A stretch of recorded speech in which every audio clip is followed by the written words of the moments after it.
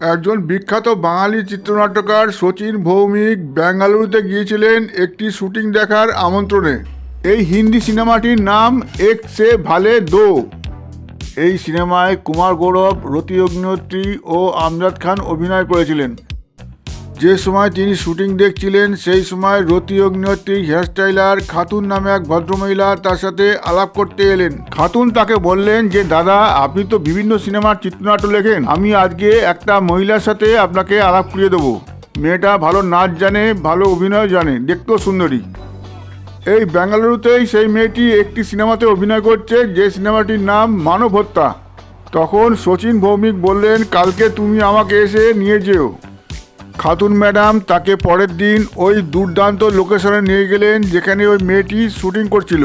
Shooting স্পটে গিয়ে Khatun madam ওই নায়িকাকে খুঁজে পাচ্ছিলেন না। রোদ্রে দাঁড়িয়ে দাঁড়িয়ে চিত্রনাট্যকার মশাইয়ের খুব অসুবিধা হচ্ছিল, তাই তিনি ছায়া খুঁজতে একটি গাছের তলায় বসে পড়লেন। কাছে একটি অ্যাম্বাসেডর গাড়ি পার্ক করা ছিল, ওদিকে তাকাতেই তিনি চোখ সরিয়ে নিলেন, কারণ গাড়িটার তলা দিয়ে দেখা যাচ্ছিল একটি মহিলা নির্জন জায়গা খুঁজে পেয়ে তার ব্লাডার হালকা করছে। মেয়েটি একটি ঘাগরা পরিহিত ছিলেন। তারপর তিনি ওই টয়লেট কর্ম শেষ করে ওখান থেকে চলে গেলেন। এই মেয়েটিকে কিছুক্ষণ পর খাতুন ম্যাডাম তার সামনে হাজির করালেন। খাতুন ম্যাডাম শচীন ভৌমিককে বললেন, এর কথাই বলছিলাম দাদা, দেখুন কি সুইটি মুখ। ওর নাম মাধুরী দীক্ষিত, মারাঠি মেয়ে, ভালো নাচ জানে। একটা সিনেমা তৈরি করতে লক্ষ লক্ষ টাকা খরচ করা হয়, অথচ মহিলা অভিনেত্রীরা কোথায় টয়লেট কাজ সম্পন্ন করবে সেই ব্যাপারটা খেয়াল রাখা হয় না। এরপর প্রায় 1 বছর অতিক্রান্ত হয়ে গেছে। একদিন পরিচালক সুভাষ ঘাই ফোন করলেন চিত্রনাট্যকার শচীন ভৌমিককে। সেই সময় ঘাই সাহেবের কর্মা সিনেমার শুটিং চলছিল, যার চিত্রনাট্য লিখেছিলেন শচীন ভৌমিক। ঘাই সাহেব ফোনে বললেন, কালকে আমাদের এডিটিং রুমে চলে আসুন, একটা বিষয় নিয়ে আলোচনা আছে।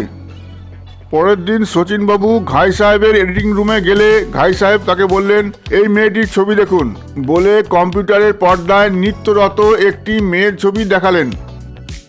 আরও বললেন, কাশ্মীরে কর্মা সিনেমার যে শুটিংটা হয়েছিল সেখানে এই মেয়েটি একটি নাচের দৃশ্যে অভিনয় করেছিল। মেয়েটির নাম মাধুরী দীক্ষিত। এই মেয়েটিকে কি আমাদের পরবর্তী সিনেমায় নায়িকা হিসাবে সুযোগ দেওয়া যায়?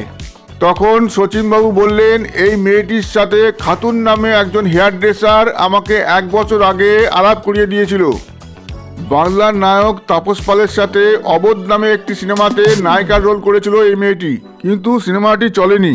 এছাড়া মানব হত্যা নামে একটা শ্রীগের সিনেমাতে ও অভিনয় করেছিল, সেই সিনেমাটাও চলেনি। দুটো সিনেমাতে নায়িকা রোল করলেও শেষ পর্যন্ত মাধুরী এক্সট্রার দলের নাম লিখিয়েছে। কি নির্মম পরিণতি দেখুন, পার ডে মাত্র 200 টাকা পায়। তখন ঘাই সাহেব বললেন, এখন যদি আমরা ওকে একটা সুযোগ দিই তাহলে ও আবার ঘুরে দাঁড়াতে পারে। তখন শচীনবাবু বললেন, ভালো একটা পত্রিকায় যদি ওর মুখের ছবি দিয়ে বিজ্ঞাপন করা যায় তাহলে ভালো পাবলিসিটি হবে।